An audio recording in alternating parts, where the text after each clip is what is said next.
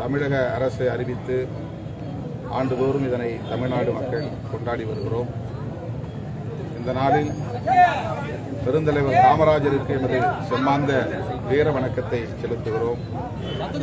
இந்தியாவிலேயே ஒரு தலைவரின் பிறந்த நாள் கல்வி வளர்ச்சி நாளாக கொண்டாடப்படுகிறது என்றால் அந்த பெருமைக்குரியவர் பெருந்தலைவர் காமராஜர். பிறக்கும் ஒவ்வொரு குழந்தையையும் நாம் படிக்க வைக்க வேண்டும். கல்விதான் உலகின் தலைசிறந்த செல்வம். கல்வி மேம்பட்டால் வறுமையை விரட்ட முடியும். சாதி மதம் போன்ற சிக்கல்களால் எழும் கொடுமைகளை தடுக்க முடியும். தன்மானத்தோடு தலைநிமிர்ந்து வாழ முடியும் என்பதை உணர்ந்து பெருந்தலைவர் காமராஜர் அவர்கள் 3 கிலோமீட்டருக்கு ஒரு ஆரம்ப பள்ளி என்று தமது ஆட்சி காலத்திலே நிலைநிறுத்தினார். இன்றைக்கு கல்வி பெறாத குடும்பம் ஒன்றும் இல்லை என்று சொல்லத்தக்க வகையில் தமிழ்நாட்டில் கல்வி வளர்ச்சியடைந்திருக்கிறது. மென்மேலும் வளர வேண்டும். 100 விழுக்காடு கல்வி வளர்ச்சி பெற்ற ஒரு மாநிலமாக தமிழ்நாடு வளர வேண்டும் என்று இந்த நாளில் நாம் உறுதியேற்போம். எனது ஈன்ற தந்தை தொல்காப்பியன் அவர்களின் 14ஆம் ஆண்டு நினைவு நாள். அதனையொட்டி அவரை அடக்கம் செய்துள்ள சொந்த கிராமமான அங்கனூருக்கு செல்லுகிறோம். அவருக்கு வீர வணக்கம் செலுத்துவதோடு அந்த பகுதியை சார்ந்த மக்களுக்கு கட்டணமில்லாத மருத்துவ முகாமையும் ஆண்டுடன் நடத்தி கொண்டிருக்கிறோம். அவருக்கு இந்த நேரத்தில் எனது வீர வணக்கத்தை செலுத்துகிறேன்.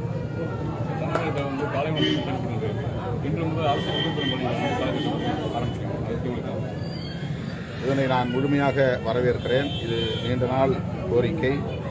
அரசு உதவி பெறும் பள்ளிகளிலும் ஏழை எளிய குடும்பங்களை சார்ந்த பிள்ளைகள் படிக்கிறார்கள்.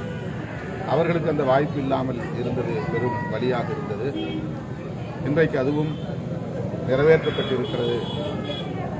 மக்கள் நலன் சார்ந்த ஒரு அரசாக இந்த அரசு இயங்குகிறது என்பதை இந்த திட்டத்தின் விரிவாக்கம் உணர்த்துகிறது.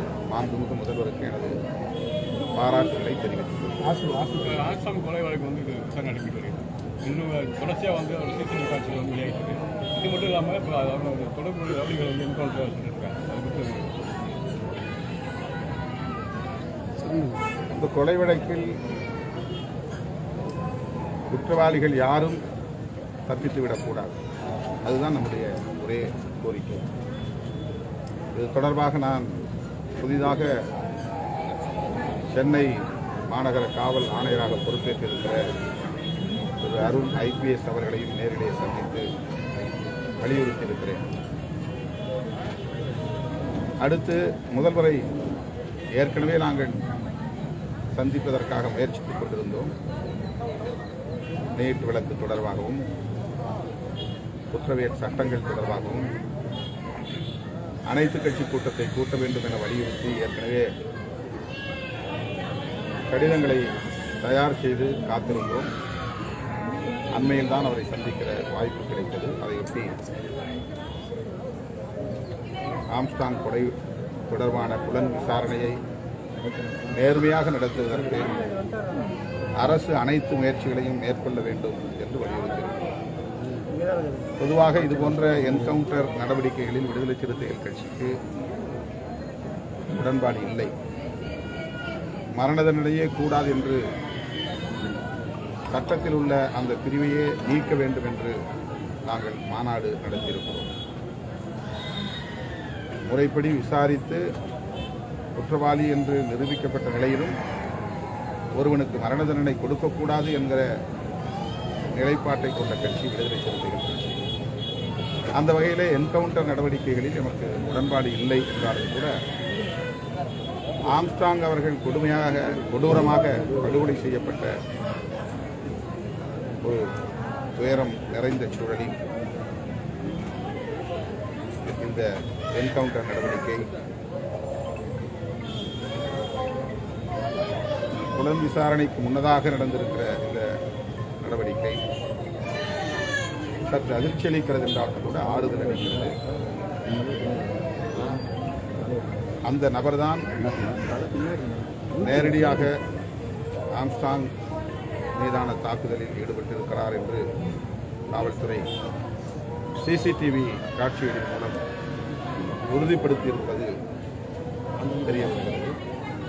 ஆகவே ஆம்ஸ்ட்ராங் கொலையில் நேரடியாக ஈடுபட்ட ஒரு குற்றவாளி என்கிற நிலையிலே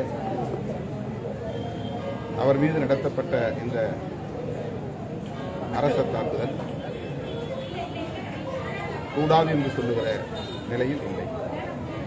தேசிய கட்சி தலைவர்களுக்கும் மாநில தலைவர்களுக்கும் அனைத்தையும் அரசு அதிகாரிகள்